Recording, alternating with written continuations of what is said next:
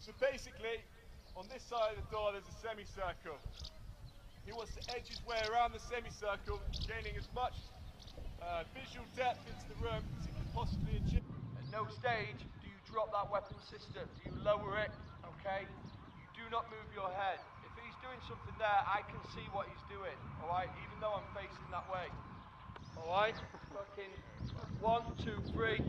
He acknowledges, that's his signal to go. He's clear, he's covered.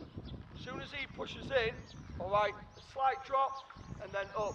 You need to be brushing past the building alone and he'll be exposed. His body won't be there to protect him. Happy? Okay. His job now is to sweep his sector of fire. Now his sector of fire is from his corner all the way around to within 6 feet in front of the opposite man. Swept the sector of fire, and the 5th stage is established dominant position.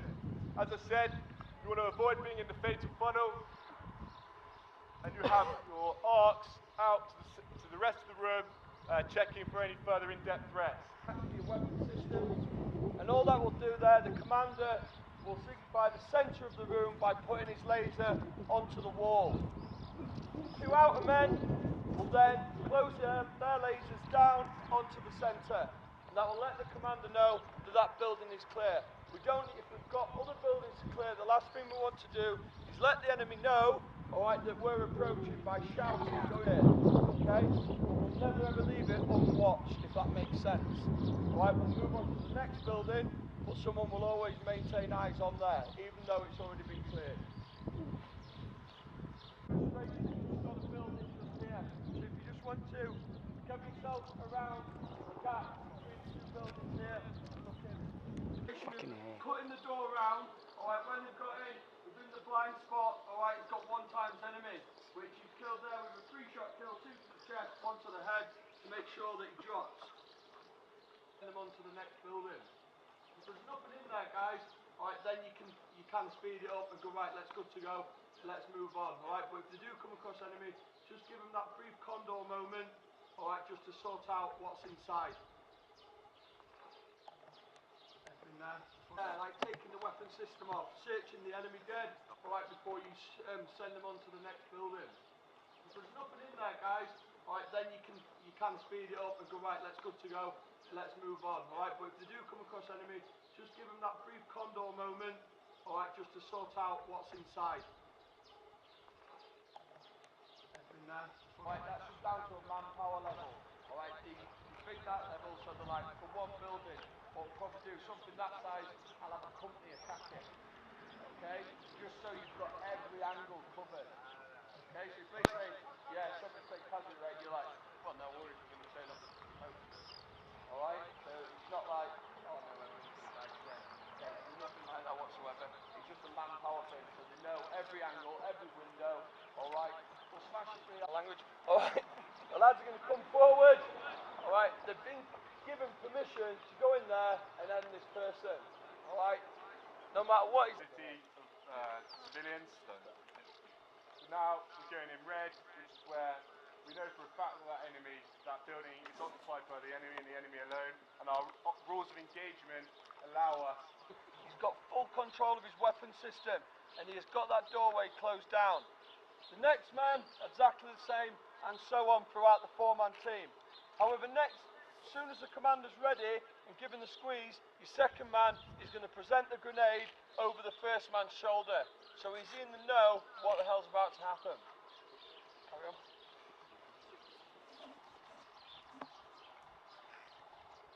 So he presents the grenade over, yeah? He's just then, happy days, I can see that you've got a grenade, and that's going in, and he's going to give a slight nod just to let him know. Once he's done that, the grenade's gone in. Make sure when throwing the grenade you don't launch it in as hard as you can. However, it does need to go into the doorway, because the last thing you want, guys, is if you launch it in, it hits something, it bounces out, alright, or additional area that you require.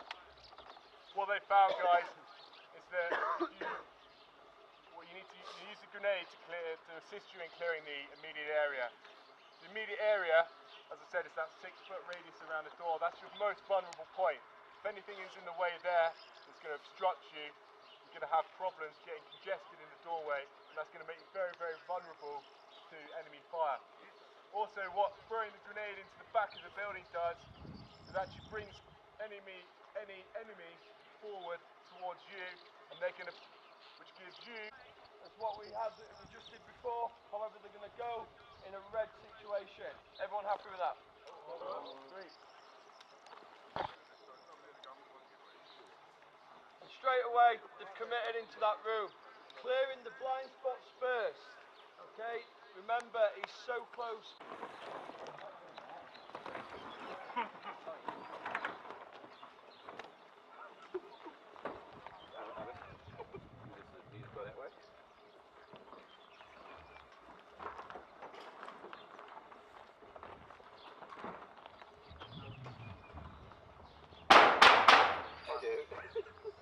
Could you spell your first and last name, please?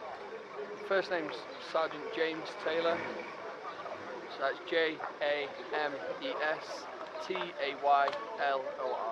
What's your position? My position is a platoon commander for C Company 3 Rifles, based in Scotland, Edinburgh. Okay. Can you kind of talk about the training that you guys are doing here right now? Yeah, the training we're doing today, alright, is close quarter marksmanship. It's very important that we get close quarter marksmanship down to a T. Obviously, the battles that we're coming against now are all close quarters, urban environments. Alright, so we're trying to get the lads swept up for when they need to clear the buildings. They're going through the best drills possible to make sure they are on the front foot at all times. Okay. What's it like working with the U.S. and the Georgians? I've worked with the US quite a few times, but in Afghanistan, so it's quite easy. I find it quite easy to work with the US. A lot of our SOPs are the same, alright, and it's always good, alright, and the banter's always good as well. The Georgians, it's the first time I've been out here in Georgia, okay? From what I've seen so far, very good, alright, they seem swept up, and it'll be good to get them all together as one when we do the clearance operation.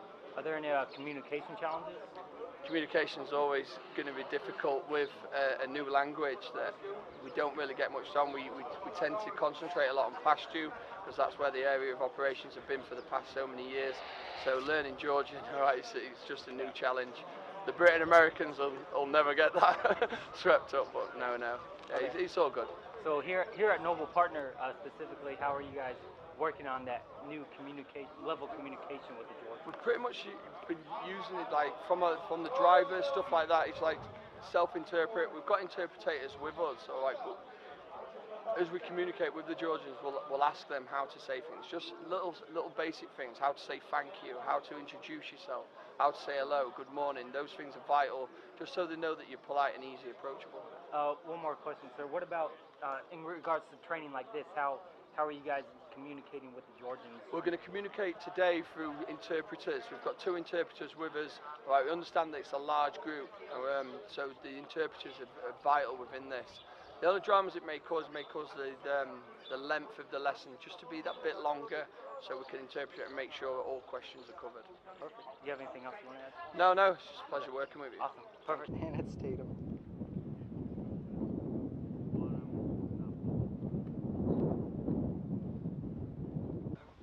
Maximum speed is 124. No, 124 knots. Or 235.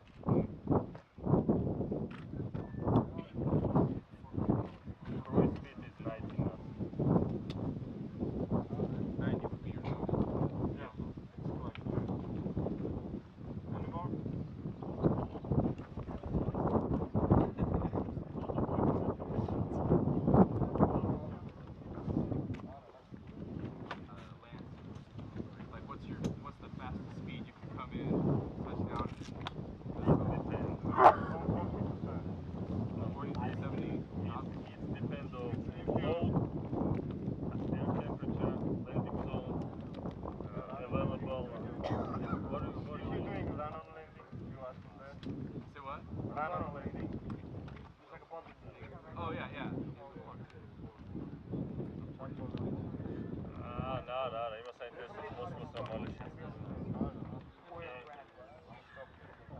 rallishingsvedel. Very analytics adjustment. Exactly how it goes. Inside, no? Maybe I Years ago, clearly. right? It's okay? Okay. Sorry about my English. But always go to the by the head side. Never take the people from the leg side to the helicopter. Never, because it's safety from the safety brim, you know. And other things. If someone is hardly injured, now it does not have. If he had the special equipment, this one could to carrying 6 guys. Okay? Questions? It's okay? Everything? Okay, now we can practice one more. It would be like the